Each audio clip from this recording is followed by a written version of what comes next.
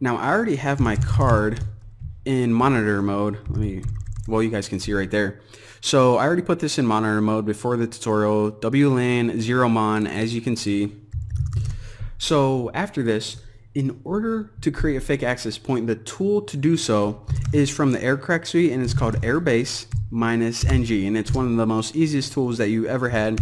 The first thing you write is what's just the name of your Wi-Fi. So -e, and you can name it literally anything you want. So I'm gonna name it hot dogs because that girl, she knew I liked hot dogs, and she knew if I saw Wi-Fi, then I would connect to it.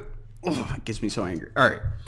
Now, the next thing you need is what channel do you want to broadcast on. So she set up this fake access point called Hot Dogs, broadcast on channel 6, which is my favorite channel. And where do you want to broadcast it from? Which interface? WLAN 0 mon. So she hit enter, and boom, this is up and running. Now, right now, I'm going to grab my phone, and I'm going to go into my Wi-Fi settings, and I'm going to show you guys. All right, I don't know if you guys could hear that, but I just took a screenshot of my Wi-Fi settings, and I can see that now that this is up and running, this is an option. So whatever tablet, laptop, phone I had, and everyone around me, they're going to see that this Hot Dogs network is now available and open. Now everything isn't working just like she planned yet, because remember, she still needs to boot up her DNS server because she changed all the settings for it and got it configured exactly like she said, but she didn't actually start that DNS mask service yet. So in order to do that, it is DNS mask. I always write QS. Don't do that. Mask. And then it's -c, and then you give it your configuration file. So etc, and then holy caps lock, DNS, can I not type today? DNSMASQ.conf. There we go, Bucky. I knew you'd get it eventually. And the second thing is your host file. So -c for your configuration file and -h for your host. And that was in desktop, and it was called fakehost.conf. Now we're just going to throw in -d and make sure that I don't have two spaces there, or else it'd annoy me, and hit enter, and boom, roasted. Look at that. So now, not only is the access point up and running, but now her stupid little DNS server is up and running correctly. Oh man, I'll tell you what, this girl, she was on top of her game. However, there was one last thing that she was thinking about doing. So in the last terminal, alright, let me minimize this so you guys can see. And again, I have two services running right now. The first one is just running as a fake access point to broadcast and let everyone know that, hey, there's an access point here. And the second one is just for my DNS server, and you have to leave them running in the background, or else, you know, you need all of the pieces, or else this isn't going to work. So whenever she had her laptop and she had this fake access point and people were connecting to her, she needed to allow this traffic to actually connect to the internet.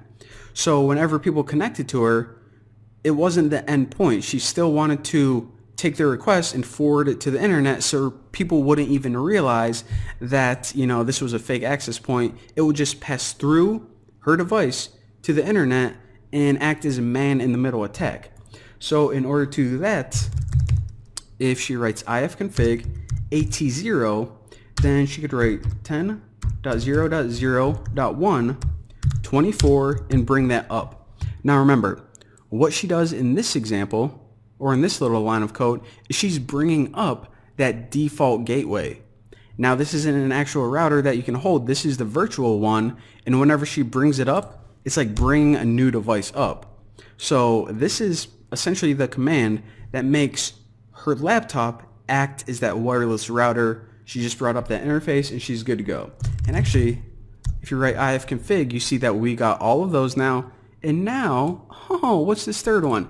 AT0, fake router, and it has the IP address 10.0.0.1. Yeah, very clever, Miss Hacker, but you ain't gonna fool me. Alright, so she set up her fake access point. She's broadcasting now. She set up her fake DNS server. She even brought up that gateway's IP, so it acts as a gateway.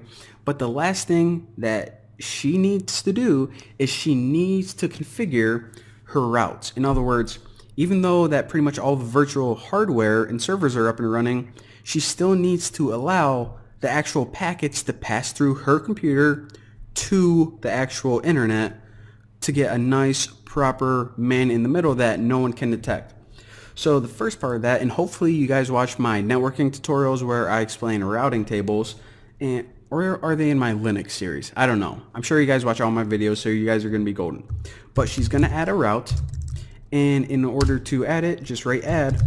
And the settings for this is, first, what's your network?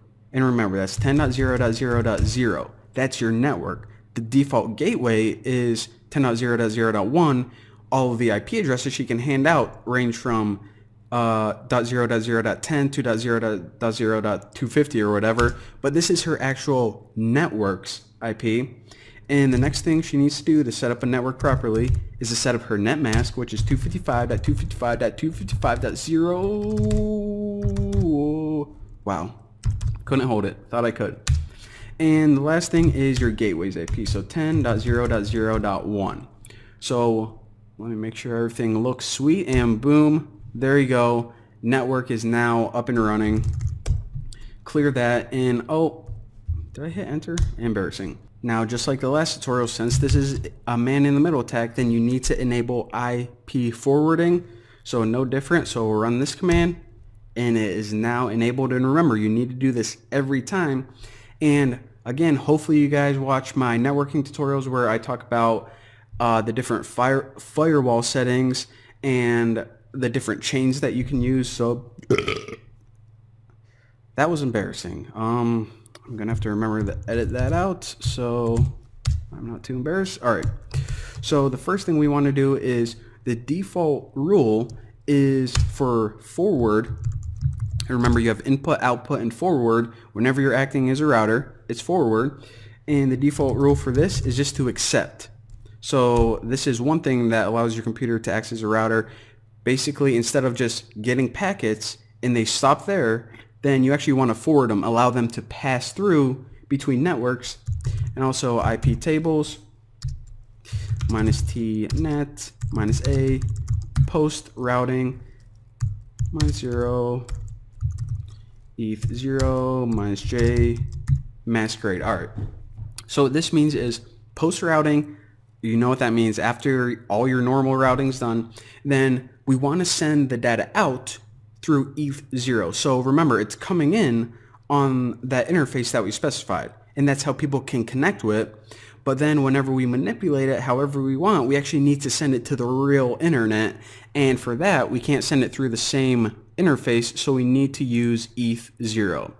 And that's actually why whenever you look at a router, you always have a line coming in and it says like a line 1 or whatever, and then you have like 4 other plugs where you can hook devices to. So you can't just jam everything into the same plug. So different interfaces whenever you're using a router, and hit enter.